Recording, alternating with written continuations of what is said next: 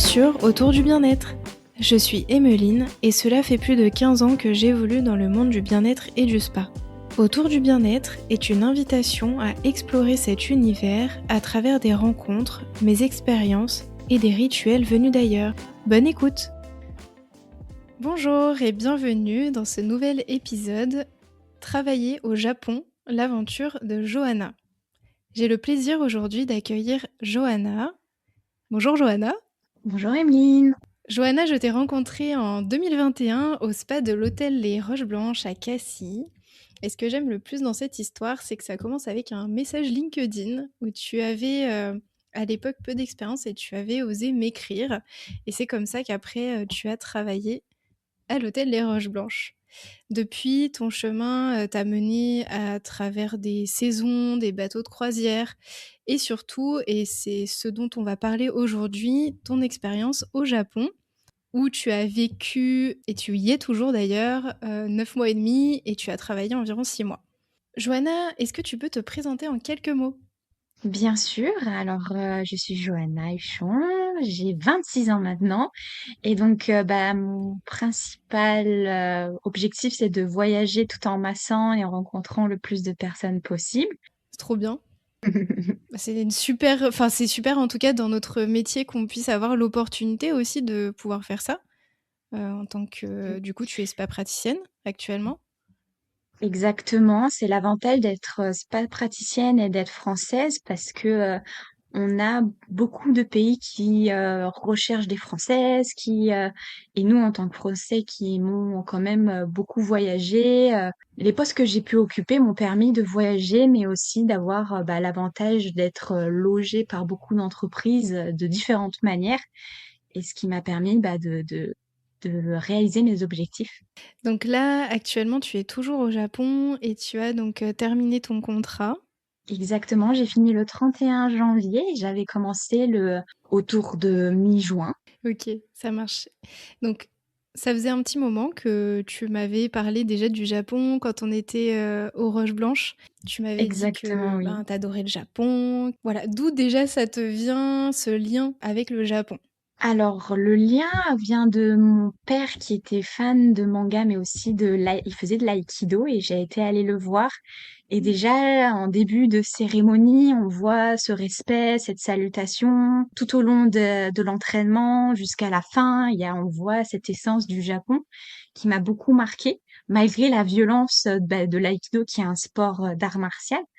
Et je me suis un peu plus renseignée sur les arts. En même temps, je lisais les mangas.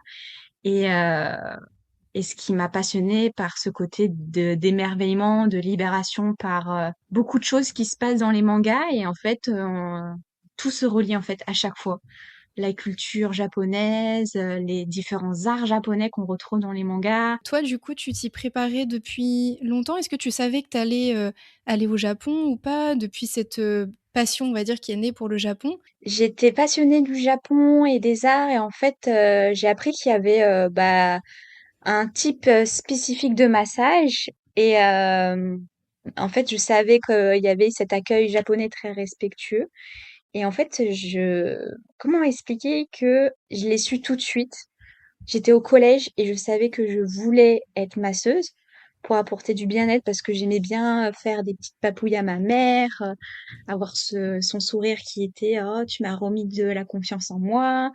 Et en fait, ce qu'on apporte dans un massage et aussi la façon de le faire au Japon, de ce que je voyais par rapport à leur culture, m'a donné envie d'y aller pour voyager. Mais aussi, directement, je savais que la première fois que y aller, je voulais faire une semaine. Après, je voulais tester un mois. Après, je voulais tester 3 mois. Et enfin, faire un PVT. Est-ce que du coup, tu as appris la langue? Alors oui, j'ai appris la langue pour mes différents voyages. J'ai appris vraiment toute seule et après j'ai fait 1 an de cours à Paris. Hmm. Donc j'ai continué avec Duolingo, j'ai téléchargé des applications pour d'autres applications que j'ai oublié le nom mais qu'on peut contacter des japonaises. Ça m'a pas servi non plus, c'est pour ça que j'étais partie un mois là-bas. Et en fait aussi pour me dire est-ce que je supporte un mois toute seule?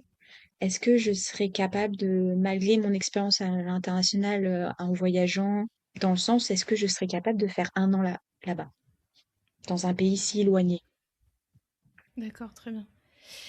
Donc, quand, tu as pris cette décision de te dire: «C'est bon, là, maintenant c'est le moment, j'y vais, je pars faire, mon expérience au Japon». Comment ça s'est enchaîné concrètement? Là, il y a eu, les démarches peut-être pour le PVT, tu avais cherché du travail avant? Comment ça s'est passé? Alors, je pense que tu ne t'en souviens pas, mais c'est toi qui m'as donné certains contacts au Japon, parce que je t'en parlais et comme toi, tu avais plus dans le sens, parce que tu étais plus connue, tu sais, je t'en avais parlé que je voulais aller au Japon et tu m'as envoyé le contact de la spa manager, bah, directrice du spa Mandarin Oriental.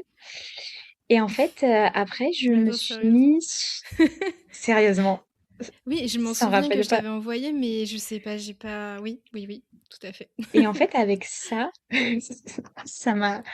En fait, on peut pas envoyer de message à cette directrice, donc j'ai dit, bah, allez, je check le mandarin oriental et je me suis bah, découvert que il y avait plein, enfin, c'est un gros groupe avec plein de différents hôtels et il y en a beaucoup au Japon. Donc, je me suis inscrite à leur service de recrutement qui est bah, de tous leurs hôtels. OK, donc tu as postulé avant d'avoir ton PVT ou bien, l'inverse? J'ai fait les deux en même temps, en fait. OK, J'ai prévenu l'entreprise que j'avais pas encore mon PVT et je leur ai dit, bah, en fait, j'arrive parce qu'en fait, on peut s'il y a pas le test main, s'il y a pas d'entretien, ils acceptent personne. Donc en fait, moi de base, je savais qu'en fait avec le Japon, on a 90 jours sans visa.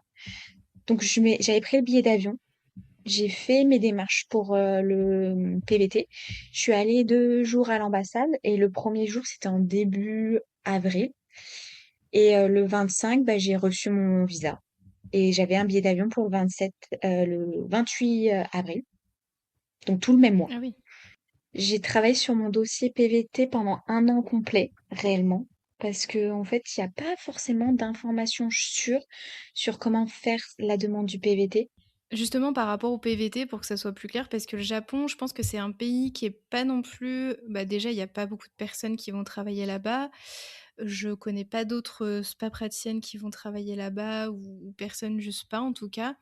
S je pense que les informations sont pas forcément faciles à trouver. C'est pas comme, l'Australie ou d'autres pays qui sont quand même plus connus pour partir en PVT, ou qui sont peut-être plus simples, hein, je veux dire, parce que bon, déjà, il y a que Mm. l'anglais, alors que là, le Japon, on est quand même, obligé peut-être d'avoir quelques bases de japonais ou en tout cas, c'est quand même fortement recommandé. Est-ce que tu peux nous expliquer pourquoi tu as choisi le PVT plutôt qu'un autre visa? Pourquoi j'ai choisi le PVT? Parce que le visa travail, en fait, il faut avoir soit 10 ans d'expérience, soit un niveau 3, bac plus 3. Et donc, je n'ai aucun D'accord, des deux. Donc, comme j'étais moins de 30 ans, c'est pour ça que je suis allée sur le PVT. Le d'accord, PVT, très en bien. fait, t'as pas à payer comparé à d'autres où t'as pas de tirage au sort, celui du Japon. Donc, en fait, il faut juste faire un gros dossier que tu dois expliquer tout ton programme, tout ce que tu vas faire pendant un an complet. D'accord.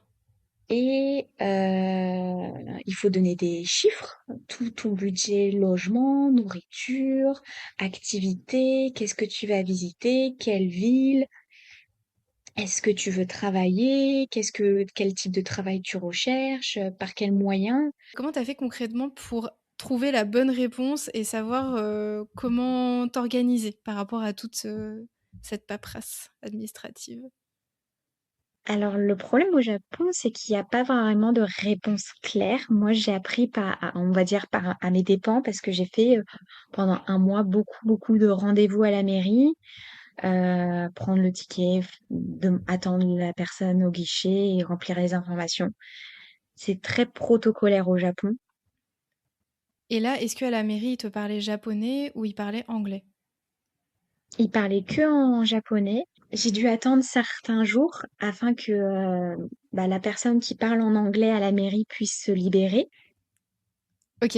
Est-ce que tu peux nous expliquer quelles sont les démarches administratives que tu es obligé de faire?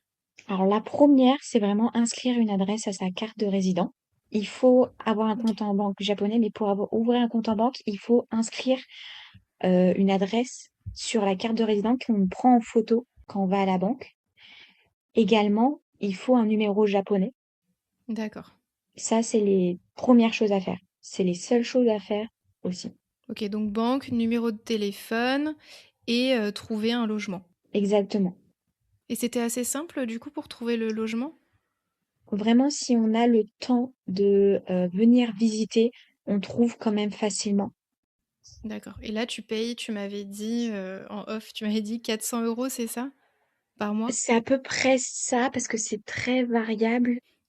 OK, par rapport, à tout ce qui est plutôt, médecin, maladie, peut-être que, malheureusement, tu as eu l'occasion d'aller, peut-être chez le médecin ou est-ce que tu as souscrit à une assurance? Comment ça se passe par rapport à ça?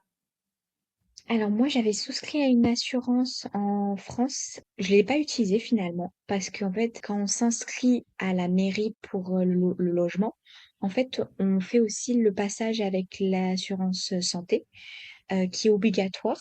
D'accord. Qui couvre, tous tes frais, de santé? Ça couvre, mais on paye quand même une partie. OK. En fait, on pourrait comparer ça, c'est comme si il y avait pas de mutuelle en France et donc en fait, on était à chaque fois qu'on allait chez le médecin, on avait la partie mutuelle qu'on avait à payer en fait. D'accord, je vois. On a fait le récapitulatif global, sans rentrer dans tous les détails non plus des démarches administratives et assurances et cetera qu'il y avait à faire. Par rapport à ton travail, donc là, tu avais postulé, tu nous disais, en amont en France. Tu avais un entretien déjà de prévu, une date d'entretien pour les rencontrer? Exactement, je voulais faire au plus vite et ça a duré 3 bonnes heures, mon interview. Voilà, C'était un gros parce que j'ai entretien. passé 1 heure avec les RH et après il y avait le test main et l'entretien avec la directrice. Tu as eu l'entretien de 3 heures, ensuite, ils t'ont donné une réponse, combien de temps après? 15 jours après, j'ai eu une réponse parce qu'ils avaient d'autres entretiens à passer. Là, du coup, tu as été embauchée en tant que, intendante, spa intendante et spa praticienne. Oui, j'ai donc signé un contrat, mais à l'intérieur, j'avais 2 autres contrats à signer. Et en fait, c'est 2 part-time, ce qui me donne, en fait, j'ai travaillé comme si j'étais en full-time. En fait, je faisais 8 heures, comme les autres. Et tu avais 2 jours de Sans repos par semaine? J'avais 2 jours de repos, mais non consécutifs. Concernant les heures supplémentaires, c'est comme, en France. Par contre, le comté est différent. Par exemple, on vient 15 minutes avant, obligatoire de venir 15 minutes avant, ou même c'est normal ici au Japon de finir vraiment, de marquer toutes les notes sur le client avant d'aller manger. Mais en fait, finalement, toutes les praticiennes japonaises, elles se prenaient que 30 minutes par jour, des fois que 15 minutes. Donc elles avaient toujours un petit onigiri dans le sac à main pour au cas où. Alors que moi, non, ma cabine, je la refaisais. Les notes, ça attendra. J'allais manger. Ça ressent bien le caractère un peu français là par rapport aux japonaises, Ah, qui mais c'était ça, très, ouais, ouais. incroyable avec mes collègues, elles étaient mortes de rire. Mais restez, hein, Mmh. restez, mais je leur dis, mais vous avez encore l'ascenseur à prendre, aller à la cantine faire la queue, mais en fait, vous avez pas le temps de manger. Elle me dit, non, non, Mmh. mais en fait, elles mangeaient leur bol de ramen super rapidement, mais Hyper c'est pas vite. possible en fait. Non, non, non, moi j'ai Mmh. signé un contrat, il y a marqué 1 heure de pause. Moi, je prends 1 heure de pause. Parce que déjà, il faut venir en avance. Il faut partir en retard en pause. Il faut revenir en avance en pause. Parce qu'il faut Et oui, revenir donc 10 minutes. Et après, il mmh. faut partir en retard aussi. OK, intéressant. Donc là, je rappelle, tu as travaillé au Mandarin Oriental de Tokyo, qui est un hôtel 5 étoiles avec, des codes, profondément japonais. Exactement. La salutation, le respect, en fait, on s'accroupit pour parler aux clients euh, à chaque fois. Que ce soit à la réception, dans la salle de relaxation, toujours être en dessous. pour être à hauteur d'enfant, nous, pour que le client nous regarde, qu'il n'a pas à lever le regard. Il y a beaucoup de codes, pareillement, quand la personne est en train de compléter des informations sur les tablettes à la réception. Si la personne ne nous regarde pas, majoritairement, en fait, on fait le salut à la japonaise, on se penche pour les Japonais. Sinon, pour les étrangers, ils apprécient quand même un bonjour et le welcome, mais à la fois, il faut rester très discrète. C'est qu'en fait, s'il y a le client qui était dans la réception sur le canapé à gauche, il fallait vraiment faire le tour, passer tout derrière pour éviter le client qui nous voit, qu'on soit thérapeute ou intendante. En parlant de massage justement, est-ce que les soins sont différents? Qu'est-ce qu'on attend d'une spa praticienne? Est-ce que les techniques sont plus, c'est des massages classiques, je dirais, californiens, deep tissue, ou bien, on est plus sur, des massages un peu plus shiatsu, des soins En visage f- aussi? Par exemple, le Kobido, c'est très connu en France, mais alors j'ai parlé avec des amies japonaises qui m'ont dit comme quoi le Kobido n'était pas connu au Japon. Qu'est-ce que tu peux nous dire par rapport aux soins donc que tu pratiquais et par rapport au Kobido? Ça m'intéresse. Alors, toutes les japonaises sont formées à ce que nous, en France, on appelle le kobido, parce que la clientèle japonaise recherche cette manœuvre, cette pression au niveau du visage. Donc, en fait, on n'appelle pas ça le kobido réellement. C'est la définition même d'un soin visage au Japon au niveau des manœuvres. Donc, il y a cette différence au niveau des soins visage.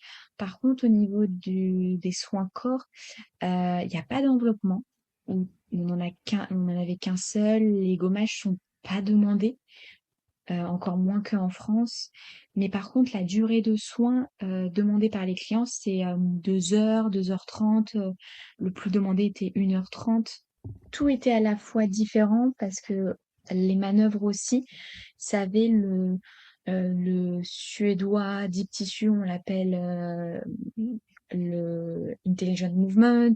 En fait, on a d'autres, c'est plutôt dans l'étirement ou sinon dans le côté plutôt Thai massage. On avait Thai massage et le shiatsu. Mais ça avait pas ces noms-là en fait. D'accord, et du coup, oui, c'était pas des manœuvres enveloppantes, avec de l'huile où on va vraiment, cocooner, on va dire, le client et faire des manœuvres au niveau des muscles. On était plus sur, des étirements et des points de pression? Alors on était dans le massage même qui est appelé shiatsu. Euh, C'était en pyjama comme le thaï, mais sinon tous les autres massages relaxants, il y avait beaucoup d'étirements, les praticiennes utilisaient beaucoup de points de pression durant le massage. Dans la pratique, il n'y a pas cette différence avec kiné, ostéo. Donc il y a vraiment une plus grande libération au niveau des manœuvres d'étirement, de formation au niveau des muscles. D'accord, je vois. Est-ce que tu peux nous expliquer la différence entre une spa praticienne, même si tu as déjà dit quelques mots, mais entre une spa praticienne en France et au Japon, dans la prise en charge du client? Est-ce que tu peux nous donner quelques exemples? Tout se fait directement en réception comparé à en France. Les questions sur les allergies, la prise en charge, en fait, les clients remplissent un questionnaire en réception et sur le type de soins qu'ils veulent, si c'est vraiment est-ce qu'ils veulent dormir, est-ce qu'ils veulent vraiment plutôt du musculaire. Euh, Après ça, en fait, on les accompagne au vestiaire et on leur indique que la praticienne viendra les chercher dans tel ou tel espace en fonction de l'heure à laquelle ils arrivent. Tout se fait donc déjà dès la réception, on a les codes à la japonaise, donc en fait on s'accroupit, on va parler avec une certaine distance, mais aussi en se rapprochant de temps en temps avec le corps pour expliquer certains détails, certaines explications sur ce que va réaliser la praticienne. Et ensuite, donc, nous, en tant que praticienne, on va la récupérer, la cliente, en fonction de l'espace et on va directement lui récapituler ce qu'elle va avoir, donc juste le soin et la durée. Et toujours dans ces codes à la japonaise, on, on s'accroupit, mais aussi en même temps, se présente en basculant en avant la salutation à 45 degrés pour celui-ci. Et après, on va Mmh. passer devant la cliente, lui, même dans les couloirs, chuchoter, mais en s'adaptant avec le son de la voix par rapport aux soins qui sont en cours ou comment la cliente veut qu'on lui parle, avec quel volume. On arrive dans la salle de soins, on présente la salle de soins, on présente le soin pendant la consultation en confirmant les informations qu'elle a données à la réception sans l'obliger à récapituler, à elle-même redire toutes les informations précises qu'elle voulait pendant son soin, pour lui montrer l'intérêt qu'on porte à son soin, à ce qu'elle veut, à ce qu'elle a comme problème de santé, par exemple. Et également, on explique que comme c'est un soin personnalisé, celui que moi je réalisais, parce qu'en fait, on a beaucoup de formations. Donc, moi, je faisais vraiment un soin personnalisé à chaque cliente. Et en fait, on était obligé de expliquer quelle partie du corps de mes avant-bras je vais utiliser. Est-ce que la cliente veut des étirements? Il y avait vraiment tout à confirmer. Également par rapport aux zones du corps, euh, particulièrement pour les hommes, on masse pas le ventre au Japon. Il y a que D'accord. pour les femmes qu'on masse, il y a cette différence-là. Également, après ça, donc on présente la marque et après on va présenter l'installation à la cliente, comment elle va se mettre. Il y a vraiment aussi le chauffage de la serviette qu'on fait. On utilise un Ting Chapel pour débuter le soin et une inhalation de bol pour la relaxation. Et on n'a pas de transition avec chaque partie du corps. On fait une transition de début de soin dans le sens où on va utiliser les pattes de chat. Au Japon, ils utilisent le mot biruok, donc l'ours qui marche, mais c'est vrai que Mmh. elles ont c'est une pression qui est pas du tout comme en France, parce qu'en fait, c'est long. C'est comme elle m'expliquait en formation comme avec du shiatsu, vraiment, c'est avec la respiration, mais aussi avec le un 2 3 on s'arrête, et un 2 3 on repart. C'est parce que OK. c'est assez lent. Il y a un aller-retour uniquement. Donc ça se fait lent, mais il faut il y ait une pression qui soit pas forte pour tendre la personne, mais qui soit enveloppante directement. OK. Donc ça, on est plus dans la pratique, effectivement, les questions qui sont quand même plus poussées avec, j'ai l'impression, énormément d'empathie finalement à l'écoute de la personne tout en ne dérangeant pas la personne, en ayant une certaine distance. Enfin, c'est un juste milieu, je pense, qui est pas forcément évident à trouver au début peut-être. C'est assez compliqué, mais c'est surtout qu'il y a cette distance, mais aussi cette empathie avec une façon de faire les choses, des mouvements, des actions, par exemple présenter les huiles et tout ça. Et on prend la main de la cliente, on masse légèrement, mais pas trop longtemps, et on accompagne le bras vers le nez de la cliente. Donc il y a un accompagnement, mais c'est vraiment... Et en plus, on se lave les mains. Il y a vraiment une hygiène aussi qui est dans cette empathie, tout est relié en fait. Parce qu'on Mmh. s'intéresse à la cliente tout en faisant beaucoup d'actions, en lui expliquant. Ça, par contre, pour moi, ça a été très problématique et très dur à intégrer. C'est qu'en fait, dans le parcours client, en fait, la cliente, on pose énormément de questions. Mais il y a des choses, des détails où je trouve ça, vraiment incroyable en fait d'aller vraiment jusqu'au bout des Mm. choses.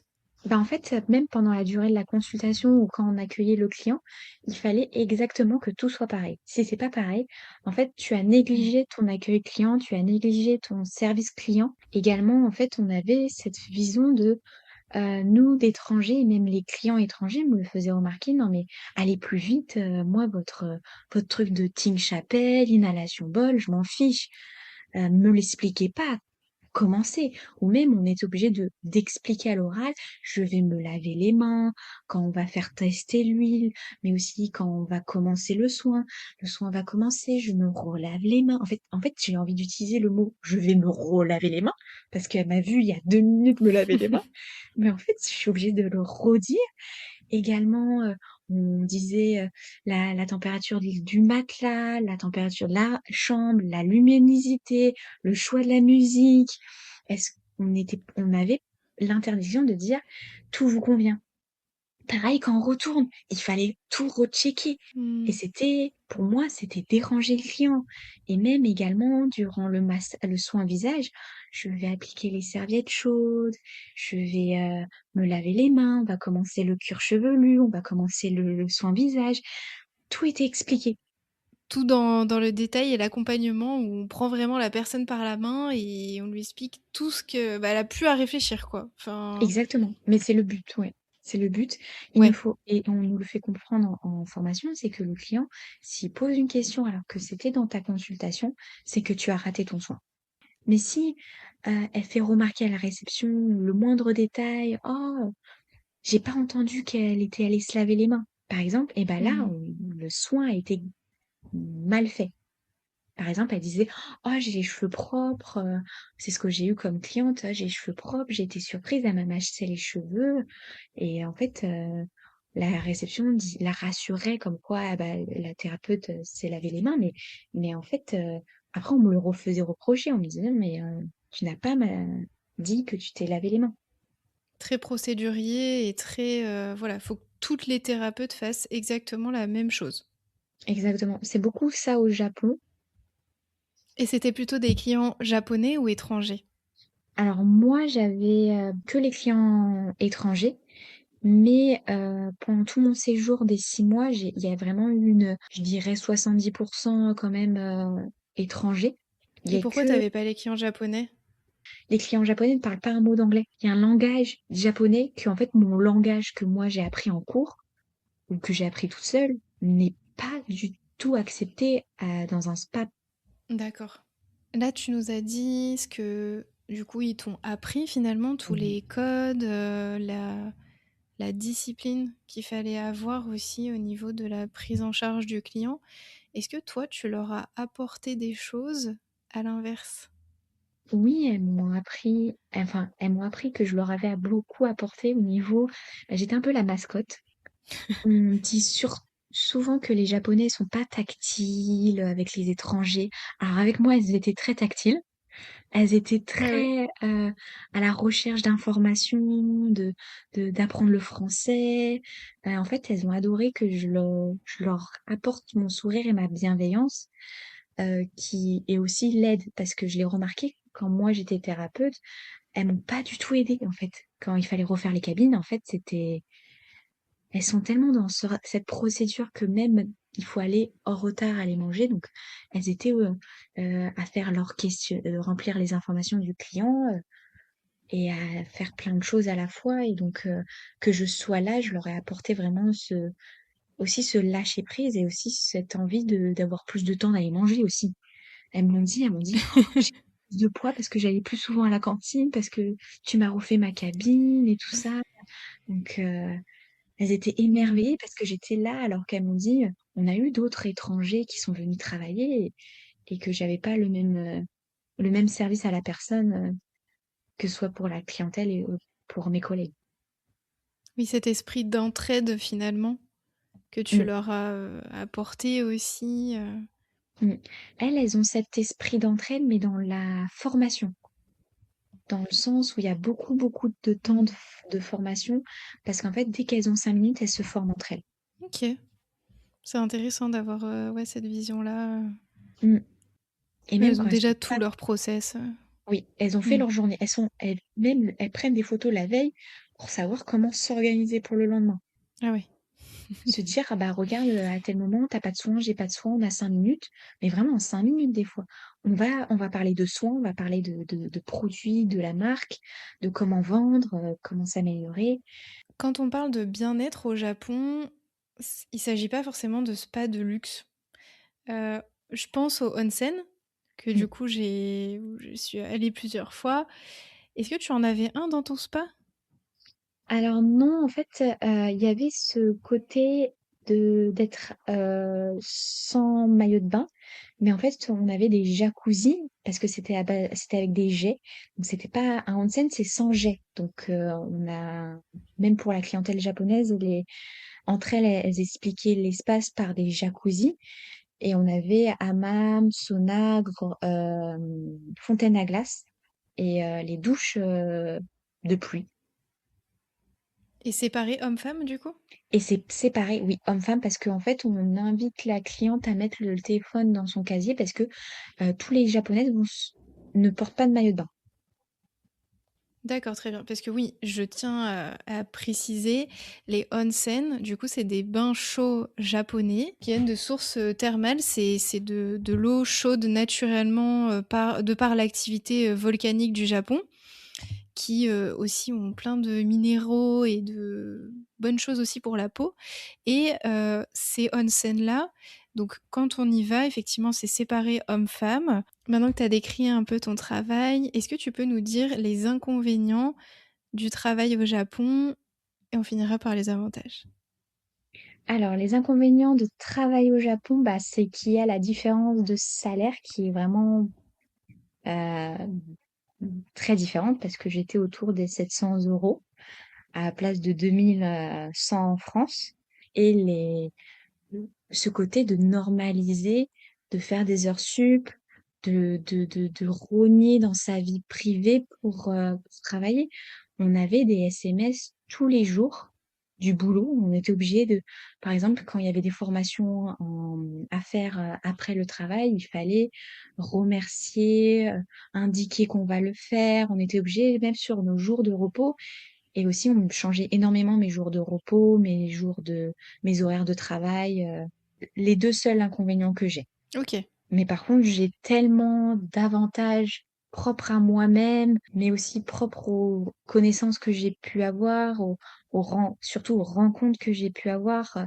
Ma spa manager, toute mignonne, elle s'est habituée, elle arrivait à traduire mes difficultés, à m'exprimer dans le rush. En fait, elle me comprenait vraiment. Et même toutes les thérapeutes que j'ai pu rencontrer pendant mon séjour, elles sont fantastiques parce qu'elles aiment apprendre et elles m'ont beaucoup appris. Elles prenaient le temps. J'ai que des bons souvenirs en fait. Très bien. Est-ce que cette expérience t'a changé la définition du luxe? Oui, pendant le massage, expliquer toutes mes actions, ben en fait, les clients, ils se relaxaient parce qu'en fait, ils étaient accompagnés, mais avec, comme il y avait le geste qui allait avec la parole comparé en France où c'est juste merci beaucoup ou venez avec moi, il y a ce vocabulaire poli, mais ici, il y a vraiment, même quand le client part, jusqu'à ce que les portes de l'ascenseur se referment, on est vraiment à 90 degrés pour la salutation de fin. Et tout le long du soin, c'est Hmm. 45 degrés. Donc, c'est vraiment très, très poli. Hmm. Ok. Est-ce que tu as réussi facilement à t'intégrer? Est-ce que tu t'es sentie accueillie et intégrée dans ce pays? Côté travail, oui, plus rapidement que ce que je pensais. On m'a dit que c'est parce que j'étais très joyeuse et que je donnais l'envie de même venir travailler. Et on a une image des Japonais avec ce masque très pudique, en plus avec la barrière de la langue. Mais en fait, pas du tout. Par contre, à l'extérieur du travail, oui, énormément. J'ai eu beaucoup de mal. T'as pas forcément réussi à te faire des d'amis en dehors du travail? Non, pas forcément, parce que comme j'avais qu'une seule journée de repos, comme c'était pas 2 jours consécutifs, bah en fait, on fait des heures sup et en plus, souvent avant une journée off, bah, je faisais du 13h, 22h ou du 13h, 23h. Donc j'étais très Oui, donc fatiguée. ça laissait pas trop de temps, ouais. Bah, en Mmh. fait, j'avais plus OK. envie de rentrer et de passer un week-end. Par contre, j'allais dans les cafés, mais dans le quartier où je vivais, un quartier très familial. Il y a beaucoup de crèches, beaucoup de familles. En fait, ils vont pas venir vraiment discuter avec une étrangère. Mmh, oui, je vois. Tu as eu l'habitude plusieurs fois de partir en saison ou sur les bateaux. Comment tu vis l'éloignement des proches? J'ai appelé ma mère tous les soirs OK. parce qu'en fait, c'est pas l'éloignement, c'est vraiment parler en français. OK. C'est parler sa langue, en fait. C'est ça qui m'a beaucoup plus posé problème. C'est la fatigue que j'avais à vouloir m'exprimer avec mes vrais sentiments. Mmh. Je suis habituée après autant de temps. Quand j'étais sur les bateaux, j'avais que 2 heures de wifi par jour, donc j'avais pas la possibilité d'appeler ma famille. Et c'était ça qui était le plus fatigant finalement, Clairement, oui. Et vraiment, en fait, même je le trouve, j'ai du mal à m'exprimer. Je suis plus fatiguée. Bon, après, j'ai des troubles, donc ça ne joue pas avec, mais en fait, c'est ça qui est fatigant, en fait. Je pense que quelqu'un qui a pas de 10 comme moi, bah, n'a pas ce problème-là, mais c'est vrai que l'éloignement, bah, un peu social aussi. Je vois, je comprends. Effectivement, c'est pas, forcément évident. Tu as pu quand même profiter à des moments, je sais que tu as eu quelques vacances, tout ça, est-ce que tu peux nous dire un petit peu quelle activité ou expérience t'ont particulièrement marqué ou voilà, des choses que tu as faites, là-bas pendant ton PVT? J'ai une copine de ma share house et elle m'a invitée dans une activité de poterie avec un grand maître, potier japonais et en fait, j'ai fait de la poterie, passé une journée comme ça de visite avec eux, en voiture, à m'arrêter sur les autoroutes japonaises, à manger avec eux et ça, c'est ma mon souvenir, bah, le plus proche parce que c'était il y a 3 semaines, mais j'en ai tellement des expériences comme ça, que certains japonais ou des collègues m'ont apporté. Et tu as eu des expériences où tu as pu visiter quand même quelques lieux que tu avais pas visités, auparavant ou? Oui, j'ai pris un bus de nuit. Et je suis allée à Kyoto. Je suis arrivée, il était 6h30 du matin pour après visiter Tokyo et le lendemain partir à Manoshidate. Donc c'est dans la région de Kyoto, mais vraiment au nord, au bord de la mer. Et il a neigé. En fait, je suis partie de Kyoto, il neigeait à petits flocons et je suis arrivée à Manoshidate tout le long c'est juste à 2 heures, hein, en car. Incroyable, la quantité de neige, c'était fabuleux. En fait, j'ai cru changer de pays et avec les petites baraques les maisons de pêche, avec le temple rouge, le toli, la neige, c'était incroyable. J'ai pas pu Super autant de pouvoir vivre profiter que ça. ça, mais en fait, les seules expériences que j'ai fait quand je suis partie, quand j'ai visité aussi la côte Fukui en voiture, que de bons souvenirs. Vraiment. Trop bien. Je t'envie. Je te donnerai les adresses pour son prochain voyage. Ouais, carrément, avec plaisir. Est-ce que tu as pris le temps de vivre des expériences de bien-être? Dans des Oui, spas, des massages?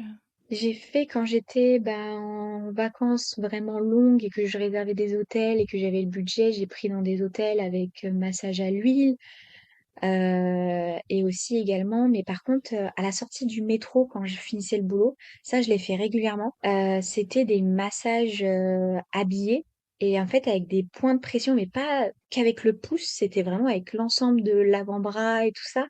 Donc c'était vraiment des points de pression très larges, mais avec une précision où c'était pas douloureux.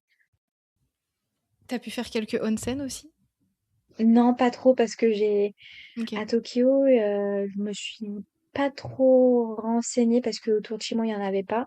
Et les seuls que j'ai fait pendant ce voyage-là, depuis que j'ai un nouveau tatouage le plus grand, même en couvrant en fait la zone, même avec un pansement, en fait, c'est trop large.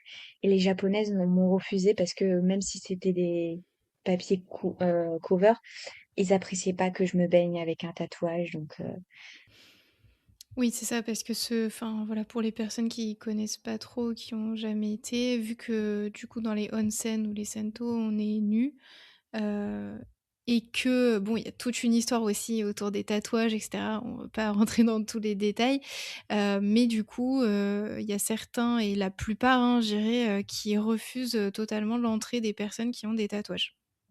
mmh. Mmh. On a parlé des avantages et des inconvénients du travail au Japon, mais est-ce que tu peux nous dire par rapport à la vie au Japon, en dehors du travail du coup? Alors les inconvénients, je dirais que c'est dû, aux petits comme j'étais dans une share house, mais aussi dans tout le Japon, les frigos sont très petits, donc en fait, on va faire les courses très régulièrement.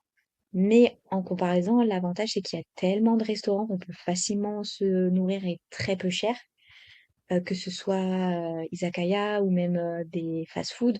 On trouve quand même, beaucoup de choix. Donc, il y a un avantage pour un inconvénient.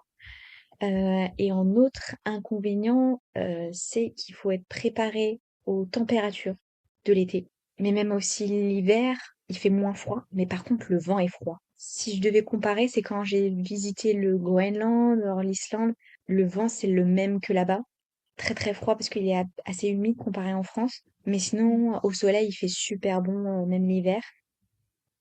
J'irais sur un vraiment, ouais, ça c'est vraiment incroyable quand tu sors quelle que soit, l'heure, aller au combini, aller juste en face pour retirer une bouteille au distributeur de canettes, que ce soit l'été en mini short ou pas habillé, tout ça, les Japonais, ils ont rien à faire. Je sens pas, ouais, la vie est plus simple, en fait. La vie est plus simple, en fait, tu tout à côté de chez toi, tout se fait à pied ou en vélo. Mmh. C'est quoi que t'aimes le plus au Japon? Question difficile. Bah, dis-nous tout ce que t'aimes alors. Bah, comme dans tous les avantages, la nourriture, la beauté de octobre-novembre, qu'est-ce que c'était incroyable. Alors septembre aussi, mais les matsuri, les festivals en tenue de yukata, les petites danses avec les petites grand-mères. Par contre, l'été, qu'est-ce que les grand-mères étaient choupies avec moi.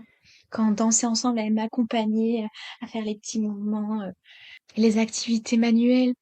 Il y a tellement de petits villages dans la partie Alpes, on peut dire, quand on compare cette partie-là à la France, avec les petits villages en toit de chaume et les activités pour tous les arts différents japonais. On prend le temps de t'expliquer, de tester, de découvrir les cours de cuisine que j'ai pu faire dans un festival de cuisine gratuit. Il y a plein de festivals. La Skytree avec l'été, avec les barbecues en dessous, ouais, tout en fait, la vie extérieure est faite pour un peu s'amuser, mais aussi pour les gens qui veulent se reposer. Tous les coffee shops où il y a où tu peux te poser en fait. Est-ce que la vie serait pas plus douce? Oui, clairement oui. Parce qu'il y a moins de stress. Mon stress, par exemple, les transports en commun, la propreté, la civilité des personnes, bah ça, moi, je le retrouve ici. Sauf pour les heures de pointe. Mmh. Il y a plus de civilité entre Japonais. Ça s'écrabouille pour rentrer dans le train. Ah non, mais il y a pas de sumimasen, il y a pas de souris, hein. C'est vraiment, on pousse. OK, très bien. Bah, merci pour ce partage. Quelles leçons as-tu apprises et surtout, qu'est-ce que tu conseillerais à une personne qui veut venir au Japon? La leçon que j'ai appris, c'est aussi que il faut pas stresser de qu'est-ce qu'on mérite. Parce qu'en fait, quand on apporte beaucoup de choses qu'on veut offrir aux gens, en fait, ils nous l'offrent par la suite. Car pour comprendre ça, bah, en fait, c'est parce que je pensais pas mériter mon poste. Je pensais pas mériter Mmh. bah, les années de travail pour pouvoir économiser pour venir ici. Et finalement, ça m'a apporté beaucoup de choses dans le lâcher prise. Malgré que la société japonaise est très rigoureuse sur beaucoup de sujets. Mais en fait, ça m'a apporté vraiment un lâcher prise émotionnel. Et pour ton autre question, qu'est-ce que je conseillerais à une personne qui voudrait venir, quelle que soit la durée, tous ceux que j'ai rencontrés pendant tout mon séjour, les gens qui travaillent en PVT ou juste en vacances, ceux qui ont pris la décision de visiter pendant 2 semaines que Tokyo ou que pendant leur séjour qu'un ou deux quartiers, bah, ils ont une meilleure expérience de la société japonaise, de ce lâcher prise, de cette relaxation. C'est ça, c'est de toute façon, le Japon, c'est un peu une douceur, un lâcher prise et un apaisement. Effectivement, bah, quand on visite, on a envie de tout voir, mais finalement, même en se perdant dans une petite rue, on se dépayse quand même et on apprécie d'autant plus, de prendre le temps de visiter et d'être dans l'instant présent aussi. Qu'est-ce que tu conseillerais une personne qui veut faire un PVT ou un visa travail ou Pour les PVT, en fait, il faut être bien préparé sur le fait que l'administration japonaise est difficile parce qu'ils mmh, parlent pas vraiment anglais. et certains refusent même que j'utilise le traducteur. Pareil pour les rendez-vous médicaux. En fait, on m'a refusé, donc il faut avoir quand même un minimum de japonais. Oublier les kanji, les katakana, les hiragana, parce que en fait, tout dans la vie quotidienne, tout est en romaji. Donc en fait, vous allez pas vous perdre, vous allez pouvoir quand même facilement comprendre les choses, sauf dans le resto. Mais il y a quand même beaucoup de restaurants qui font en romaji aussi. Donc en fait, c'est vraiment apprendre des phrases. Parce qu'en fait, après, les Japonais vont avoir envie de discuter avec vous et c'est en parlant que vous allez pouvoir améliorer votre japonais.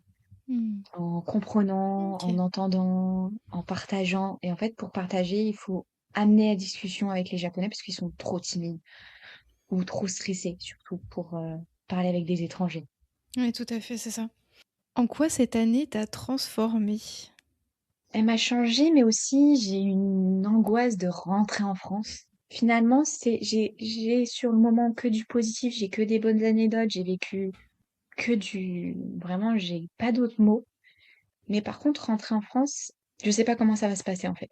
Mais par contre, j'ai plus de fierté d'avoir fait ça. C'est surtout ça que ça a changé. La seule chose que ça a changé, je trouve que c'est que ça m'apporte encore plus de fierté d'être partie au Japon. Ça m'apporte plus de fierté d'être allée travailler au Mandarin oriental. Ça m'apporte plus de fierté d'avoir pu apporter de la joie aux gens que j'ai rencontrés.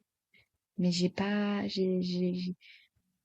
ça peut être égoïste pour beaucoup de dire que j'ai de la fierté. Et Non, c'est pas un du tout, c'est normal, tu es partie, dans ce pays toute seule, c'est normal d'être fière et il faut le dire aussi. peu. Donc zéro regret par rapport à cette expérience? Ah non, ah non, non, non. Qui aurait regretté une expérience pareille? Bon, J'ai top alors. Et maintenant que tu as vécu ton rêve, comment tu te sens? Bon, tu un l'as peu dit un petit vide. peu, tu appréhendes le retour, voilà. Ouais, ouais. Mais oui, c'est ça, maintenant que tu as vécu le rêve que tu attendais depuis, bah, plusieurs années quand même, comment tu te sens? Bah, stressée comme je disais parce qu'en fait, je me suis dit, avant de partir, bah, après le Japon, je vais me poser, je vais prendre un CDI, je vais faire ci, je vais faire ça. J'ai envie d'être comme mes copines qui vont se marier ou d'autres, enfin, qui ont des événements un peu de vie plus classiques, quoi, je vais dire, parce que la mienne, c'était de changer tous les 6 mois de boulot. Même si je revenais dans le même poste ou dans les mêmes villes de temps en temps, bah, c'est un peu ça. Mais en fait, pour ça que je vais repartir sur les bateaux de croisière, parce qu'en fait, j'ai pas encore fini de tout voir. La vie est trop courte. On sait pas de quoi est faite. Quand je vois les gens que je masse, les gens de ma famille, qui ont des rêves qui ont toujours eu des rêves de voyager, de rencontres qui n'ont jamais pu réaliser, j'ai pas envie que ça se termine, en fait. J'ai peur de la Mmh. fin, en fait. Me dire, bah, en fait, là, faudrait pousser un peu la retraite, Johanna, les croisières, ça compte pas, le Japon, ça compte pas non plus. Il faut faire quelque chose un peu de sa vie pour penser au futur. Il y a aussi le maintenant, mais aussi le futur à penser. Et tu souhaites, retourner au Japon? Clairement, oui, j'y retournerai. J'aimerais bien pour mes 27 ans. Ce serait un beau cadeau. Oui, maintenant tu as tissé des liens aussi, ben, que ce soit en France et au Japon, dans 2 pays, ben, quand même assez éloignés, mais des liens forts et voilà, ça t'empêchera pas d'y retourner, mais tu as envie vraiment de retourner travailler là-bas? Alors, travailler, c'est un peu plus compliqué parce que déjà en France, j'ai peur de m'installer parce qu'en fait, pour faire un visa de travail, de toute façon, j'ai pas les conditions pour maintenant. Il faudrait que je passe une OK. VAE, mais en fait, ou attendre le temps qui passe pour que j'ai mes 10 ans d'expérience. Par contre, il y a l'avantage du Japon avec la France, c'est qu'on a 90 jours, donc 3 mois de visite en vacances. Donc ça, les vacances, ça c'est sûr, je reviendrai, ça c'est est clair et net. Même 3 mois, ça Mmh. fait beaucoup parce que par exemple, j'ai travaillé 6 mois, donc 3 mois visiter, j'ai encore trop de choses à visiter au Japon. Très bien, très bien. Bon, super en tout cas. Là, tu vas faire, donc ta croisière cet été. Est-ce que tu sais la suite? Alors, je sais ce que je vais faire, exactement où, je ne sais pas. Mais en fait, j'aimerais vraiment évoluer différemment et aider à la facilité des autres, en fait. Tout ce que j'aime, en fait, aider les autres. C'est ce qu'on m'a dit Mmh. encore plus sur le Japon. C'est vraiment aider à ce que la vie soit plus simple, en fait.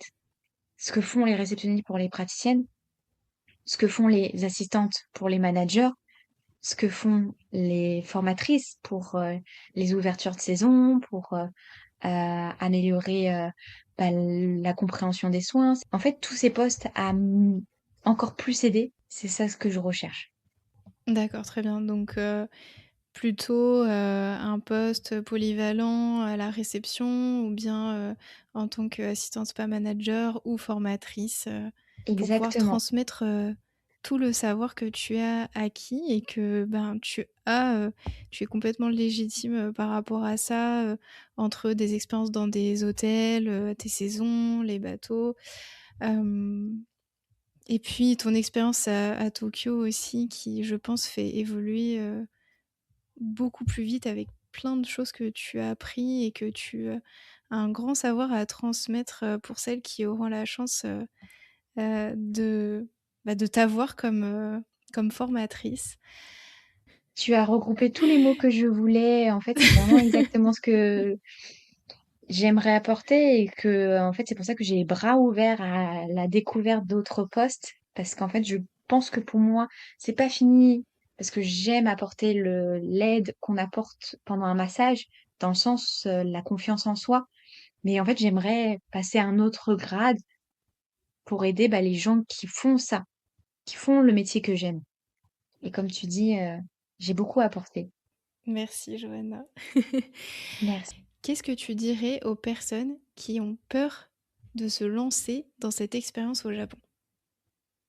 Il n'y a pas à avoir peur parce qu'en fait, on n'aura que du positif. Il y aura des hauts et des bas, mais c'est pareil qu'en France, donc autant tenter en fait. Il n'y a pas à se dire, ah, mais si, mais si. En fait, les Messi, ils seront en France ou ailleurs. Quel que soit le poste, quelle que soit la vie qu'on a pu mener avant ou qu'on veut accomplir, il y aura toujours des Messi, Messi.